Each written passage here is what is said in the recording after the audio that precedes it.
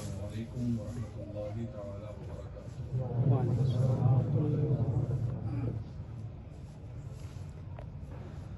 الحمد للہ رب العالمین والصلاة والسلام علی سید الانبیاء والمرسلین وعلی آلہ وصحبہ اجمعین، اما بعد فاعوذ باللہ من الشیطان الرجیم، بسم اللہ الرحمن الرحیم۔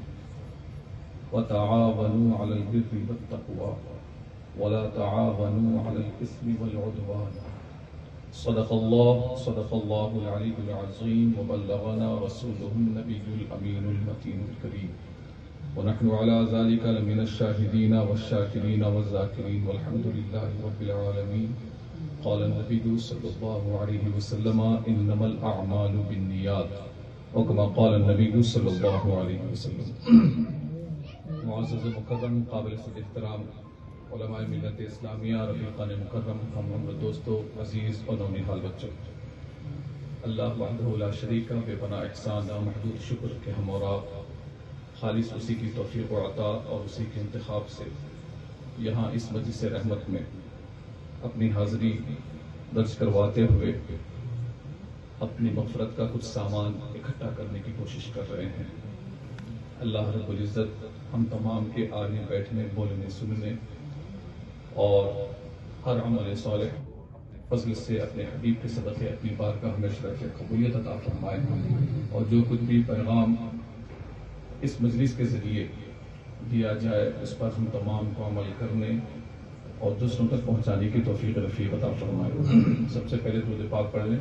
اللہم صلی وسلم وبارک علی سیدنا و مولانا محمد وعلی آل سیدنا و مولانا محمد وبارک وسلم۔ صلاۃ و سلام علیک یا رسول اللہ، صلاۃ و سلام علیک یا حبیب اللہ صلی اللہ تعالی علیہ وسلم۔ اللہ رب العزت اپنے مقدس کلام ازلی ابدی قدیم میں ارشاد فرماتا ہے، وتعاونوا علی البر والتقوى ولا تعاونوا علی الاثم والعدوان۔ آیت کریمہ کے اس ٹکڑے کا مفہوم میں اپنے انداز میں عرض کیے دیتا ہوں۔ اچھے اور پرہیزگاری کے کاموں پر ایک دوسرے کے سپورٹر بن جایا کرو، وَلَا تَعَاوَنُوا عَلَى الْإِثْمِ وَالْعُدْوَانِ، گناہ اور نافرمانی کے کام میں ایک دوسرے کا سپورٹ مت کیا کرو۔ اور نبی پاک صلی اللہ علیہ وسلم فرمان عالی شان کا ایک ٹکڑا میں نے آپ کے سامنے رکھا۔ نبی محتشم سرور کائنات صلی اللہ علیہ وسلم ارشاد فرماتے ہیں، انما الاعمال بالنیات، در حقیقت تمہارے کاموں کا نتیجہ تمہاری نیتوں کے مطابق برآمد ہوا کرتا ہے۔ یہ میں نے مفہوم پیش کیا۔ سب سے پہلے ایک چیز واضح کرنا چاہوں گا، یہ جو ہماری مجلسیں ہوتی ہیں، ان مجلسوں کے ذریعے قوم کو ایک پیغام دینے کی کوشش کی جاتی ہے، اور عام طور سے ان مجالس کے ذریعے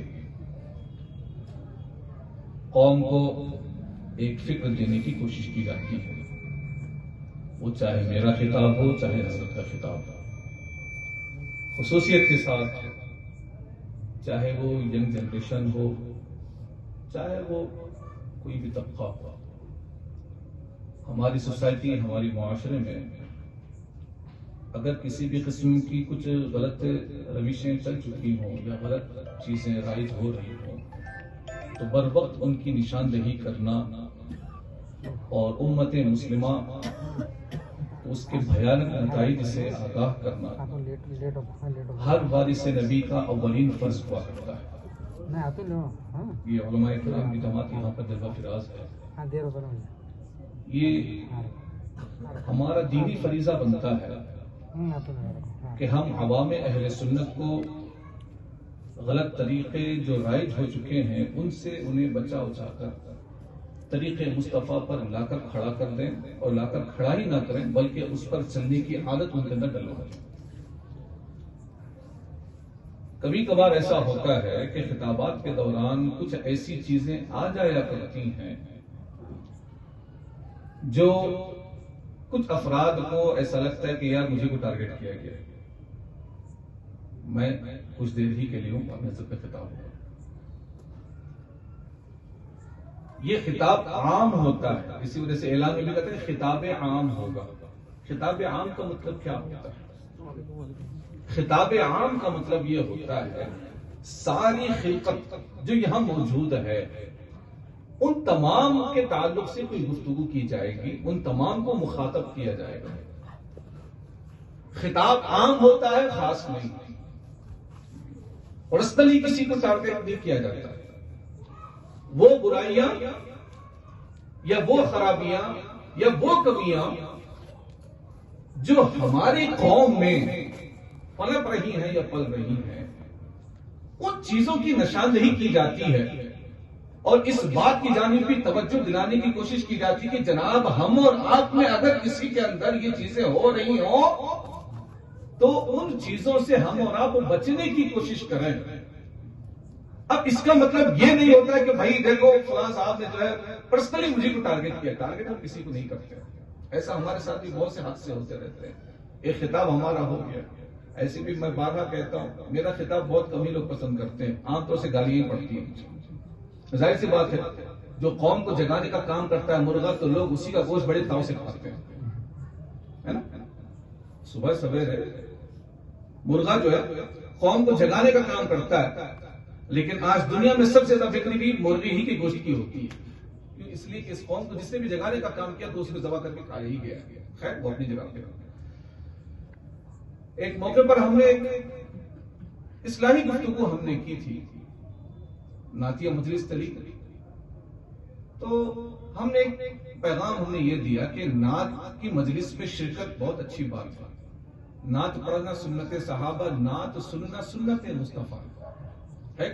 اور الحمدللہ ہر سنی نعت سننے نعت سنانے کو اپنے لیے، اپنے حق میں، اپنے باطنی امراض کے لیے اکسیر اعظم سمجھتا ہے. یعنی ہمارا باطن جو گندا ہو گیا، آلودہ ہو گیا ہے، اس کی صاف صفائی کا بنیادی مرحلہ نعت خوانی کے ذریعے ہوا کرتا ہے. وہاں سے ابتدا ہوتی، پھر وہ تقاریر، پھر وہ کتاب عام ہوتا ہے. ہم نے بھی کہا نعت خوانی کی مجلس میں آنا بیٹھنا بہت اچھی بات ہے. ایک ہے سنت مصطفیٰ نعت سننا، ایک ہے حکم مصطفیٰ پر عمل کرنا. نبی محتشم صلی اللہ علیہ وسلم کی بعض سنتیں واجب کے قریب درجہ رکھتی ہیں، جسے سنت مؤکدہ کہتے ہیں. کچھ سنتیں غیر مؤکدہ، کچھ چیزیں وہ ہوتی ہیں جسے حضور کریم صلی اللہ علیہ وسلم نے پسند فرمایا ہے. نعت خوانی کو حضور نے پسند فرمایا ہے، اس لحاظ سے ہم کہتے ہیں کہ نعت خوانی سنت مصطفیٰ ہے. لیکن نماز قائم کرنا، نماز پڑھنا، نماز با جماعت پڑھنا، یہ حکم خدا بھی ہے اور حکم مصطفیٰ بھی ہے. حضور کریم صلی اللہ علیہ وسلم کی پسندیدگی اور حکم مصطفیٰ جب آپس میں ملے تو حکم مصطفیٰ پر عمل کرنا واجب ہوا کرتا ہے. علماء تشریف فرما ہے، آپ پوچھ سکتے ہیں. نبی کریم صلی اللہ علیہ وسلم کی متعدد احادیث ہے، حد تواتر تک پہنچی ہوئی احادیث ہے جس میں حضور کریم صلی اللہ علیہ وسلم نے نماز پڑھنے کا اپنے حکم صادر فرمایا ہے. ہم نے بھی یہ کہہ دیا جو ہماری لگتا ہے غلطی تو نہیں تھی، لیکن کسی صاحب نے اس کو تفصیل سے بات کر دیا. ہم نے کہا بھائی نماز آپ نعت کی مجلس میں آپ راتوں رات آپ بیٹھ رہے ہیں اور صبح فجر چھوڑ رہے ہیں، آپ بتائیے آپ کیا فائدہ ملا؟ میں یہ ہمارے مجلس کے تعلق سے بھی کہہ رہا ہوں، میں آپ یہاں بیٹھے ہوئے ہیں، اتنی بڑی تعداد ہے یہاں پہ، آپ اس پروگرام سے اٹھتے ہوئے بس اگر اس نیت سے بھائی چلو کچھ دیر بیٹھ لیں گے، مولانا جو بولے گا سننے کے بعد میں مست کھانا ٹکا کھلا کے سو جائیں گے، فجر اگر آپ چھوڑ رہے ہیں تو آپ اس مجلس میں بھی آ کے آپ کا کوئی فائدہ نہیں ہوگا. صاحب دو بات کہہ رہا ہوں. مجلسوں میں آنے کا، ان جلسوں میں آنے کا اولین مقصد یہ ہوتا ہے جو خرابیاں ہم اس مجلس سے باہر، ہمارے اندر جو خرابیاں تھی وہ ان خرابیوں کے ساتھ جب ہم اس مجلس میں آ رہے ہیں تو اٹھنے سے پہلے ان تمام برائیوں سے اور خرابیوں سے ہم توبہ کرتے ہوئے. مالک بے نمازی تھے، لیکن انشاءاللہ کل کی فجر انشاءاللہ باجماعت ہم پڑھیں گے. بے نمازی بن کے آئے تھے، انشاءاللہ آج کے بعد نمازوں کا ضرور اہتمام کریں گے. یہ دل کی کیفیت بدلنا چاہیے. اگر دل کی کیفیت نہ بدلے نا تو کوئی جلسہ یہ جلسہ مجلس کا کوئی مطلب نہیں رہ جاتا ہے. تو ہم نے بھی یہی کہا آپ نعت خوانی سنیں بہت اچھی بات ہے، لیکن اگر آپ رات تک نعت کی مجلس چلاتے اور اس میں آج کل جو تو مست ہو گیا نا، سمجھتے ہیں یہ والا ہو گیا یہ والا ہو گیا، پیسہ اڑائے بازاری عورتوں کا جیسے پیسہ اڑا جاتا ہے ویسا پیسہ اڑا دیا، سب خرچ کر لیا اور مست جا کے فجر کے ٹائم سو رہے ہیں جناب. ہاں جناب بولے کیا رات میں نعت کی مجلس میں بیٹھ گیا کہ ٹینشن نہیں میری بخشش ہوتی ہے. کس نے کہہ دیا آپ سے؟ کس نے کہہ دیا آپ سے؟ ہم نے یہی ایک رجحان دینے کی کوشش کی تھی کہ جناب یہ آپ جو سوچ رہے ہیں یہ آپ کا غلط وہم ہے. یہ نعت کی مجلس میں بیٹھنا زیادہ سے زیادہ مستحب ہے، لیکن فجر کی نماز پڑھنا یہ فرض عین ہے جس کے بغیر کوئی چھٹکارا نہیں ہے. آپ نعت کی مجلس میں نہ آئے کوئی فرق نہیں پڑتا، تقریر کی مجلس میں نہ بیٹھے کوئی فرق نہیں پڑتا، جلسہ جلوس نہ کرے ٹھیک ہے تھوڑی دیر کے لیے کوئی فرق نہیں پڑتا، لیکن نماز چھوڑے یہ فرق پڑے گا آپ کے لیے، پڑے گا فرق پڑے گا ضرور. لیکن ہماری قوم جو ہے جہاں کہیں اس کی اصلاح کی کوشش کی جاتی ہے تو پھر وہاں پر الٹے سیدھے ہوتا، پھر اس کا ہمارا بائیکاٹ ہو جاتا ہے اور ہوا بھی میرا بائیکاٹ. جب سے ہم نے یہ خطاب کیا تب سے ہمارا بائیکاٹ ہی چل رہا ہے. چلے کوئی فرق نہیں پڑتا. وَتُعِزُّ مَن تَشَاءُ وَتُذِلُّ مَن تَشَاءُ. رب جسے عزت دینا چاہے یار یہ ہم سے مجھ سے روزہ سے محبت کرتے ہیں، کیا کوئی خونی رشتہ ہے ہمارا اور کا؟ میرے بھائی رکھتے ہیں کیا خون؟ کچھ نہیں. میرے بھائی تو ریسور میں بیٹھے ہوئے ہیں، حضرت کے بھائی اپنی جگہ پر ہیں. یہ محبت ہے، یہ آپسی الفت ہے، یہ رب نے ہمارے دل ایک دوسرے سے ملائے ہیں تبھی آپ یہاں آتے ہیں. ورنہ تو جمعہ ہر جمعہ میرا بھی خطاب سن رہے تھے، حضرت کا بھی خطاب سنتے رہتے ہیں. اور کئی لوگ خطاب سن کے جاتے ہیں تو گالی میں دے جاتے ہیں سارے، جب بھی کھڑا ہوتا ہے کا بولتا کرتا بولا کوئی فرق نہیں پڑتا. لیکن وَتُعِزُّ مَن تَشَاءُ وَتُذِلُّ مَن تَشَاءُ. رب جسے عزت دیتا ہے نا، لوگ لاکھ کوشش کر رہے ذلیل کرنے کی، لیکن جب وہ عزت دینے پہ آئے تو کسی کے ذلیل کرنے سے کوئی ذلیل نہیں ہوتا. اور جب وہ ذلیل کرنے پر آئے لاکھ کوشش کر لو آپ اچھے سے اچھا کام کرنے کی، لیکن جب وہ ذلیل کرنے پہ آئے تو ایسی جگہوں پہ ذلیل کرتا ہے کہ تمہاری عقل بھی کام نہیں کرتی ہے. تو اس لیے کبھی یہ مت سمجھیے گا میرا خطاب ہو یا حضرت کا خطاب، ہم پرسنلی کسی کو ٹچ نہیں کرتے. ہمارا خطاب مکمل عوام اہل سنت کے لیے ہوتا ہے. خیر دور پاک پڑھنے اللہم صلی وسلم وبارک علی سیدنا و مولانا محمد بارک وسلم صلاۃ و سلام علیک یا رسول اللہ علیہ الصلوۃ والسلام. اس چیز کی وضاحت ضروری تھی، اس لیے کہ آج کل جو ہے ایسے خبریں ہم تک پہنچ رہی، اس لیے میں نے سوچا کہ اس چیز کی وضاحت ضروری ہے. خیر اور بھی گفتگو کرنا چاہتا تھا، اب نہیں کروں گا، چھوڑو بس کافی بات ہے. اللہ رب العزت ارشاد فرماتا ہے وتعاونوا علی البر والتقوی. نیکی کے کاموں میں، پرہیزگاری کے کاموں میں ایک دوسرے کا سپورٹ کیا کرو. پرہیزگاری کے کام، نیکیوں کے کام بہت ہیں. ہم کیا سمجھے صرف کسی غریب کی مدد کر دیا یہ نہ نیک کام ہو گیا، مسجد میں جا کے اللہ اکبر کہہ لیا یہ نہ نیک کام ہو گیا. اس کے علاوہ ہماری نظر کے حساب سے دنیا میں کوئی نیک کام رہا ہی نہیں، ہم سمجھتے ہیں. اور ایک بات اور یاد رکھیے گا، ہاں بس بہت جلدی خطاب ختم کر رہا ہوں.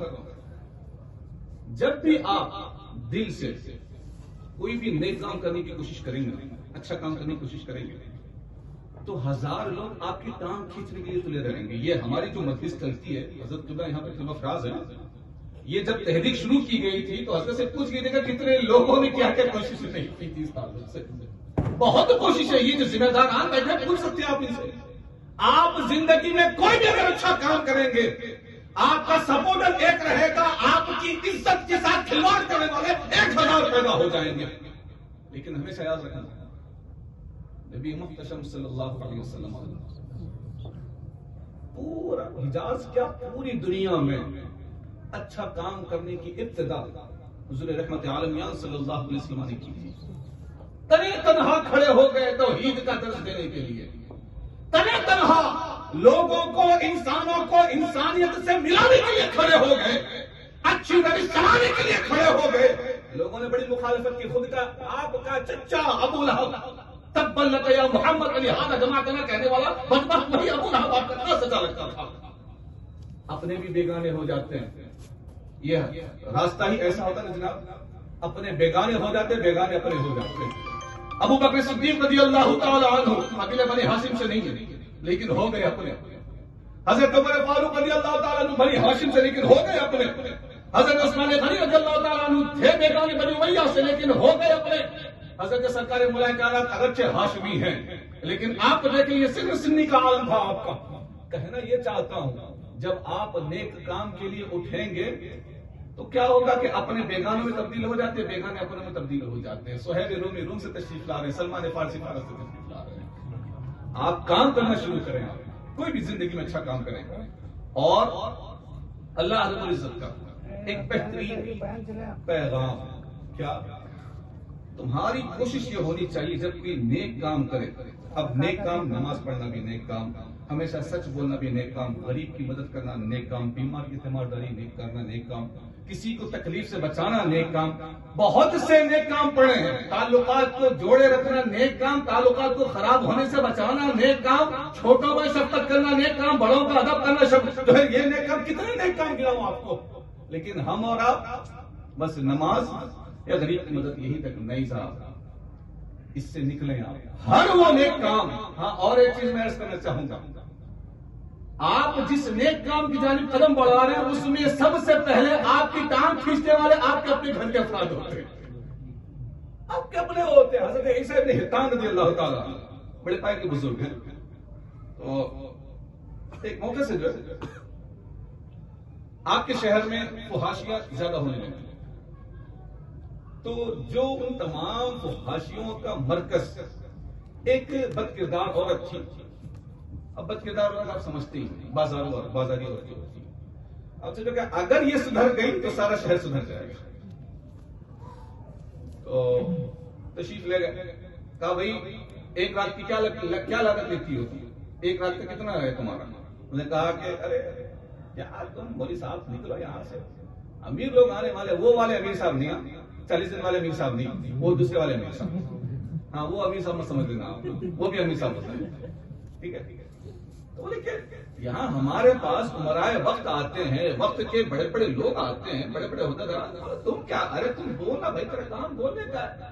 ایک رات کا کتنا لگتا ہے بولو, آج کی رات کا جو بھی لگتا ہے میں دے دیتا ہوں. ٹھیک ہے, اگر اتنا ہی اتاولے ہو رہے تو اتنی رقم لگتی ہے. بولے ٹھیک ہے چلو دے دیں, آج کی رات ہم آپ کے پاس آئیں گے.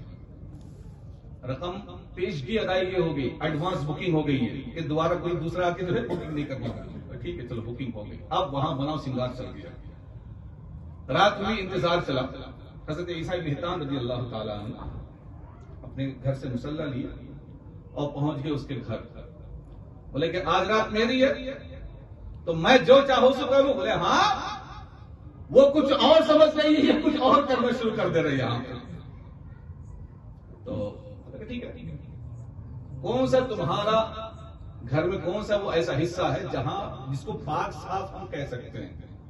بولے کہ فلاں جگہ جو یہ پاک صاف ہے, یہاں پہ کچھ ایسی غلاظت وغیرہ نہیں ہوتی ہے. بولے ٹھیک ہے چلو میں نماز پڑھنا چاہتا ہوں. 2 رکعت آپ نے نماز پڑھی. کتنی؟ 2 رکعت نماز پڑھی صرف. بولے ٹھیک ہے اب چلتا ہوں. مصلی لپیٹا, چلتے بنے. بولے کیا مولانا, نماز پڑھنے کے بعد سے مسجد چھوڑ کے میرا گھر ہی چلا جائے گا تمہارے کو؟ مسجد میں چلے جاتے ہیں نماز پڑھنے, تو میرا گھر ہی بنا تھا. بولے نہیں, جو کام کرنا تھا وہ کام کر دیا ہوں, اب میرا کام جو تھا وہ کر دیا, اب اس کا کام جو ہے وہ شروع ہو گیا.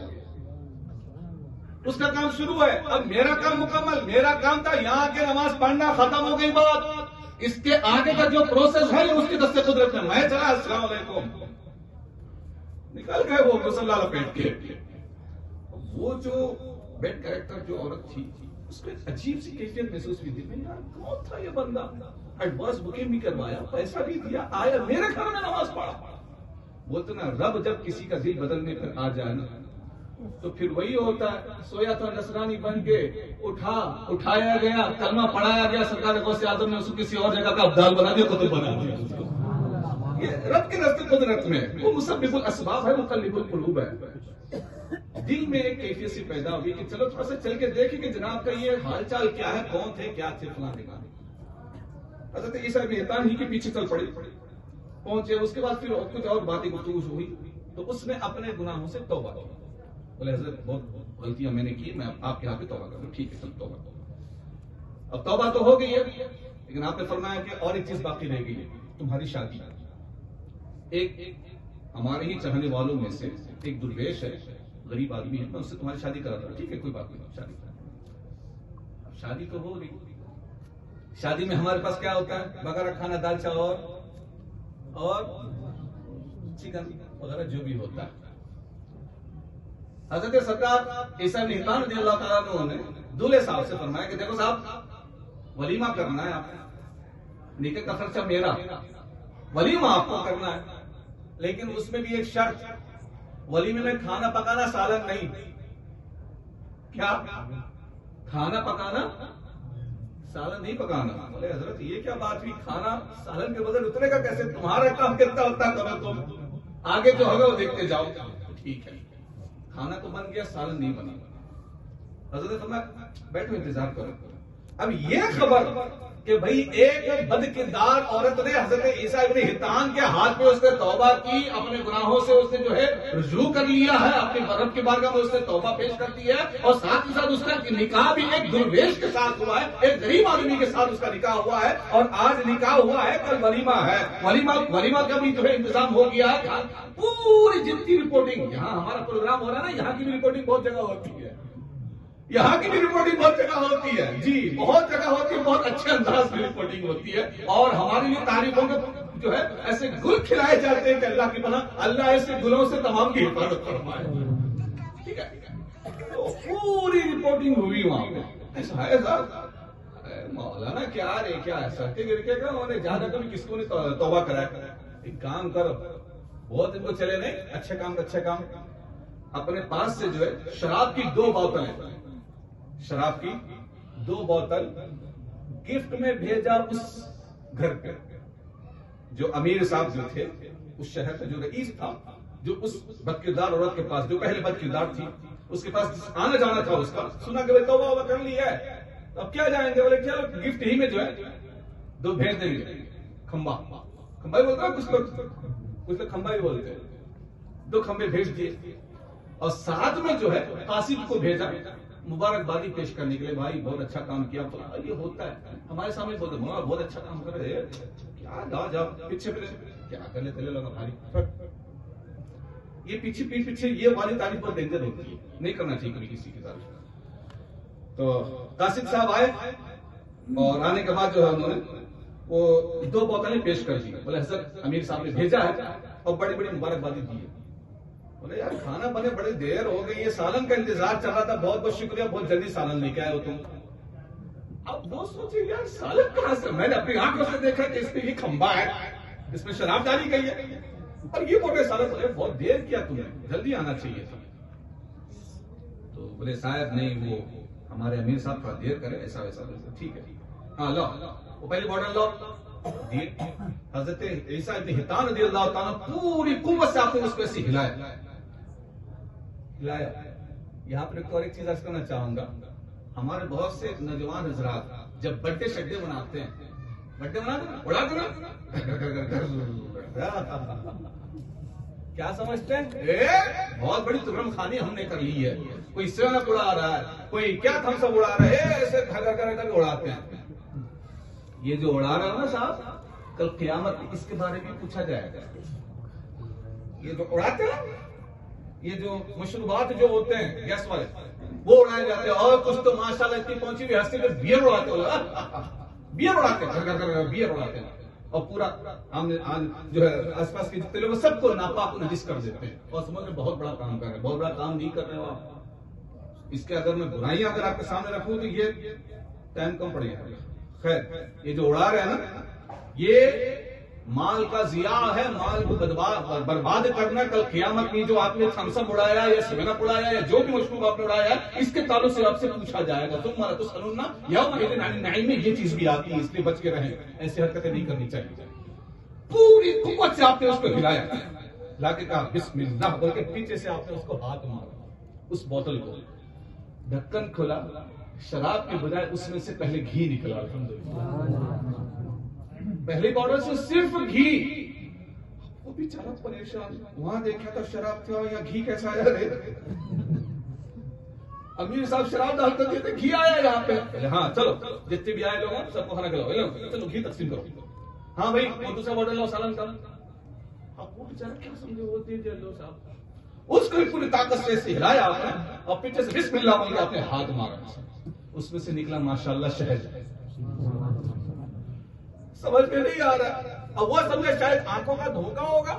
یہ جادوگر جو بھی ہوتے ہیں آنکھوں کا دھوکہ کرتے ہیں، شبہ بازی ہوتی ہے. بولے ہو سکتا ہے آنکھوں کا دھوکہ ہوگا. حضرت عیسیٰ ابن حتان رضی اللہ تعالیٰ نے فرمایا کہ جناب آنکھوں کا دھوکہ نہیں، بیٹھ کے کھاؤ، اصلی پیور گھی ہے اور اصلی پیور شہد ہے. بیٹھ کے ماشاءاللہ ٹھوکے صاحب، جو قاصد رہا تھا ماشاءاللہ ٹھوکا، ایک دم یہاں سے گھی ہے وہاں سے ماشاءاللہ سب کچھ چلا. میں حفیظ صاحب کے پاس جا کے پوچھا کیا صاحب شرابش تھی اس میں کیا تو الٹا سے رہے کیا تیرے سامنے بھروں تو 2 بوتل شراب تھی. نہیں جی، ایک میں سے گھی نکلا دوسرے میں سے شہد نکلا، میرے کو یقین نہیں آیا. کیا بات کر رہے پاگل چل رہے کیا؟ نہیں جی میں دیکھو کھا کو نہیں غلط بول رہا. تو میں خود ہی چاہتا ہوں امیر صاحب بھی آئے ماشاءاللہ کھانے کے ساتھ گھی اور شہد دونوں ملا کو کھا کو گئے. واقعہ سنانے کا مقصد یہ ہے آپ جب کوئی نیک کام کریں گے تو امیر صاحب کے جیسا آپ کو بھی مذاق اڑانے والے پیدا ہو جائیں گے، آپ کی ہمت توڑنے والی بھی پیدا ہو جائیں گے. لیکن رب نے فرمایا وتعاونوا علی البر والتقوی، تمہارا کام ہے نیک کام کی جانب بڑھنے والے افراد کا سپورٹ کرنا، ان کی مدد کرنا، ان کے ہیلپر بننا اور ان کے حق میں تعاون پیش کرنا. اور جب بندہ ایسا کر لیتا ہے نا جناب، اس کے بعد جو نتیجے آتے ہیں انشاءاللہ پھر کبھی کسی خطاب میں عرض کروں گا. مولا کریم سے دعا پروردگار کہنے سنے میں ہونے والے قسم کی شریف غلطی کو خالص اپنے فضل و کرم سے معاف فرمائے، جو کچھ بھی صحیح سے گفتگو ہو پروردگار ہم تمام کا عمل کی توفیق عطا فرمائے. السلام علیکم ورحمۃ اللہ وبرکاتہ.